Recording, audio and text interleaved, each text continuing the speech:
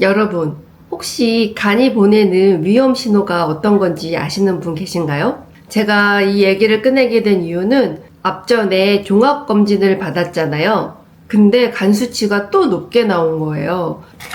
약을 한 달치 또 받아왔어요. 하노마린이랑 우루사. 근데 제가 20대 초반에도 간 수치가 높아서 약물 치료를 한 달 정도 받은 적 있었거든요. 그리고 나서 4년 전에 급성 간염으로 응급실로 실려간 적이 있었어요. 그때 증상이 뭐였냐면은 밥을 먹으면 막 토할 것 같고, 우리가 술을 많이 먹게 되면 막 죽을 것 같잖아요. 내 주량 이상 먹게 됐을 때 진짜 죽을 것 같은 거, 그런 증상이 자꾸 반복이 되는 거예요.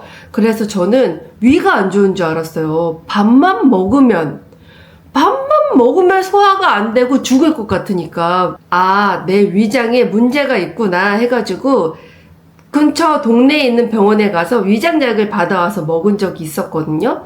근데 먹을 때는 조금 괜찮은 것 같아. 근데 위장약을 처방을 받을 때 의사 선생님이 물어보시는 말씀이 전날 과음하셨나요? 이렇게 물어보시더라고요. 아니요. 음식을 짜게 먹나요? 좀 그런 것 같긴 해요. 했더니 그렇게 물어보시면서 위장약을 처방해 주셨는데 그거를 먹어도 호전이 되지가 않는 거예요. 근데 계속 나는 밥을 먹으면 계속 죽을 것 같은 거야. 아, 요번에는 그럼 다른 병원에 가서 약을 다시 처방받아야겠다 해서 다른 병원에 갔어요. 그랬더니 그 병원에서는 피 검사를 하자는 거예요. 나 속으로 과잉진료 이랬거든요. 그래서 일단은 피를 뽑고 수액을 한 대 맞고 위장약을 줘주겠다 하더라고요. 수액을 맞고 위장약을 복용하니까 괜찮은 거야. 근데 그 다음날 아침 9시에 전화가 온 거예요. 병원에서 피 검사한 거 나왔는데 빨리 와보셔야 될 것 같다고. 좀 무서운 마음에 갔죠. 병원에 갔는데 병원에서 의사 선생님이 표정이 너무 안 좋으신 거예요. 지금 간 수치가 1450이 나왔다. 이거는 문제가 있는 거니까 큰 병원에 가서 검사를 받으셔야 될 것 같다고 하시는 거예요. 그래서 연세세브란스 병원에 가서 병원에서 받아온 진료서를 보여줬더니 이거 가지고 응급실로 가라고 하더라고요. 뭣도 모르고 응급실로 가서 가져온 진료서를 보여주니까 그 자리에서 응급실로 입원이 된 거예요. 그때 제 주치의가 하신 말씀이 자기는 간 수치가 300 이상이 나오면 무조건 입원시킨다. 근데 1450이면 요거는 조금 위험한 거니까 간 경화까지는 아니고 급성 간염인 것 같다. B형 간염도 아니고 A형 간염도 아니고, 그래서 검사를 해보자고 수액을 맞으면서 약물 치료하고 간 수치를 떨어뜨려야 된다. 그리고 왜 간염이 걸렸는지 이유를 찾아보자 했는데 이유를 알 수가 없는 거예요. 그래서 아무래도 자가 면역 질환인 것 같으니 간 조직을 떼어내서 조직 검사를 해보자고 말씀해 주시더라고요. 근데 제가 너무 무서운 거예요. 병원에 있는 것 자체도 무섭고 싫고. 근데 제 간을 조금 떼놔가지고 한다는 것 자체가, 물론 뭐 흉터도 안 지고 되게 조그맣게 떼낸다고 하는데 그런 행위 자체가 무서운 거예요. 그래서 하기 싫다고, 안 하면 안 되냐고 계속 물어봤었어요. 그랬더니 그 새 선생님 분이 그러면 간 수치가 떨어질 때까지 기다려보자 했는데 간 수치가 또 희한하게 또 잘 안 떨어지는 거예요. 그래서 한 일주일 정도 입원했을 때 그때 300 밑으로 좀 떨어져서 퇴원을 하고 3개월에 한 번씩 병원에 가서 검사를 받고 초음파 검사랑 피 검사, 또 한참 지난 후에는 6개월에 한 번씩 가서 검사를 매번 받았거든요. 근데 이제 갈 때마다 정상으로 나와서 안심을 하고 가야 되는데 제가 안 갔어요.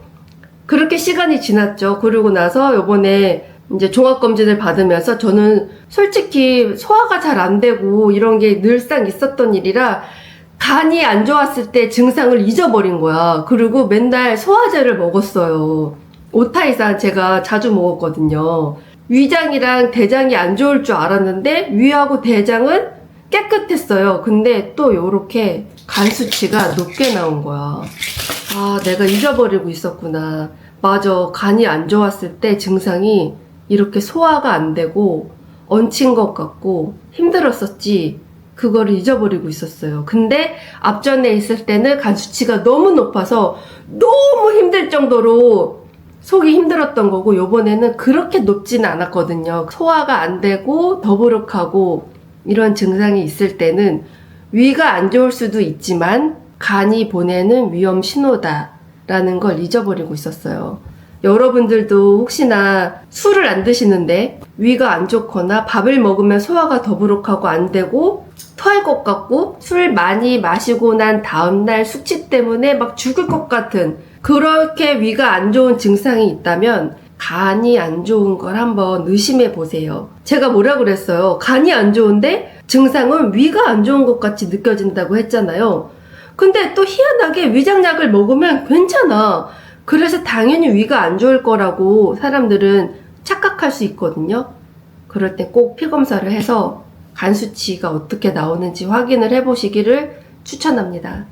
우리가 간 수치가 높아서 더 높아지면 간 경화로 가고, 간 경화에서 더 높아지면 간 암으로 간다는 거죠. 그러니까 미리미리 내 몸 상태를 체크하고 검사를 하시는 거를 추천합니다. 열심히 약을 먹고 간 수치가 안정이 되면은 알려드릴게요.